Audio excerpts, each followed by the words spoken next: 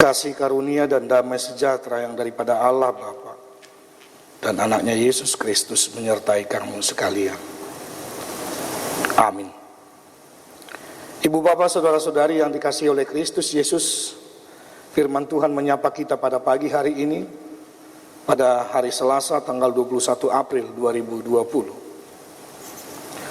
Firman Tuhan yang tertulis dalam kitab Yesaya, kitab Nabi Yesaya pasal 33 ayat 22 berkata demikian kepada kita hari ini. Sebab Tuhan ialah hakim kita, ialah yang memberi hukum bagi kita. Tuhan ialah raja kita, Dia akan menyelamatkan kita. Bapak ibu saudara-saudara, tentu kita mengetahui bahwa yang memutuskan setiap pengadilan, yang memutuskan setiap perkara yang dibawa ke ranah hukum, itu adalah seorang hakim. Kita ketahui bagaimana mereka untuk memberikan hukuman kepada kita, bagaimana bentuk dan isi penghukuman itu. Tapi kata mereka, kata orang-orang, di mana mereka yang telah pernah berperkara di pengadilan, hukuman itu sepertinya tergantung terhadap negosiasi dan lain sebagainya. Tergantung bagaimana pengacara kita untuk mampu menyelesaikannya. Walaupun hukuman itu akan tetap ada, tapi ya demikianlah kata mereka. Tetapi ketika Allah menyampaikan kepada bangsa Israel melalui Yesaya, Allah memproklamirkan bahwa dirinya lah yang menjadi hakim yang agung atas bangsa Israel, yang menghakimi mereka seturut dengan kehendak Allah, yang selalu mengedepankan kemahakasihan Allah daripada kemahakuasaannya untuk membentuk karakter dan sifat bangsa Israel itu yang sebenarnya, dan mengembalikan semangat juang iman percaya mereka. Itulah hakim yang agung itu, itulah Tuhan itu, itulah Raja kita. Dan Dia tetap akan menyelamatkan kita dari berbagai macam permasalahan yang timbul. Dan ingat, Tuhan tidak pernah menghukum kita setimpal dengan kesalahan kita. Dia berjanji, Dia telah pernah mengatakan, sama seperti seorang ayah yang menyayangi anak-anaknya, demikianlah Tuhan menyayangi kita, umat yang percaya kepadanya. Dan ketika hukuman Allah terjadi, itu selalu berhubungan dengan keselamatan atau janji kehidupan kepada generasi berikutnya kepada bangsa Israel itu. Hukuman itu tidak serta-merta hendak membasmi umat Israel dari tengah-tengah bumi ini.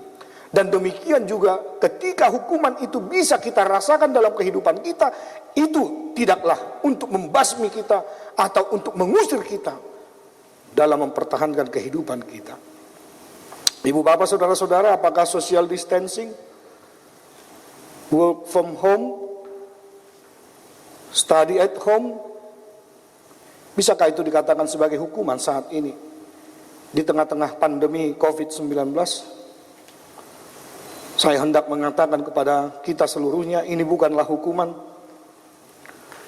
namun sebagai bentuk kewaspadaan serta penyerahan diri kita kepada Tuhan. Kita harus bersyukur ketika pemerintah kita care terhadap kita, care terhadap keselamatan kita, care terhadap kesehatan kita, care terhadap keluarga kita.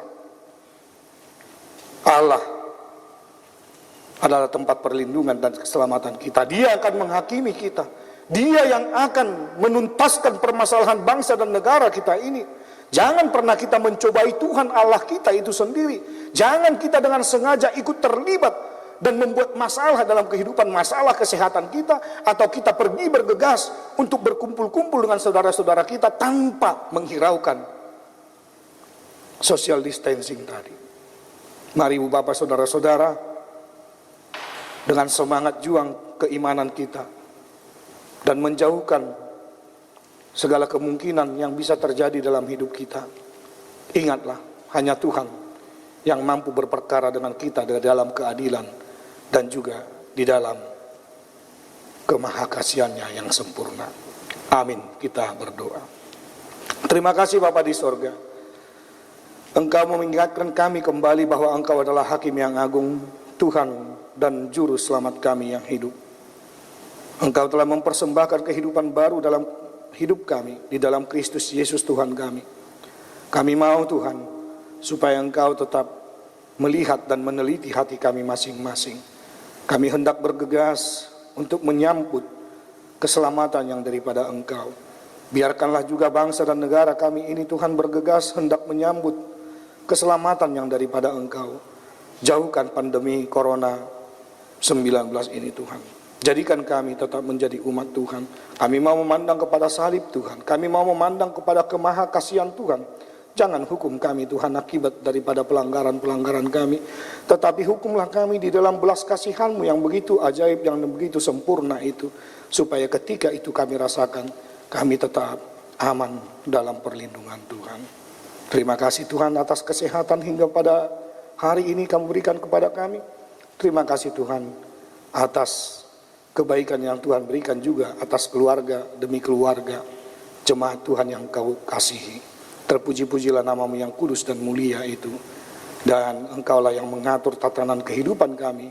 Engkaulah yang memulihkan kami, semangat kehidupan kami untuk tetap hidup bersama-sama dengan Tuhan. Dalam Kristus Yesus kami telah berdoa dan jadilah kehendak-Mu.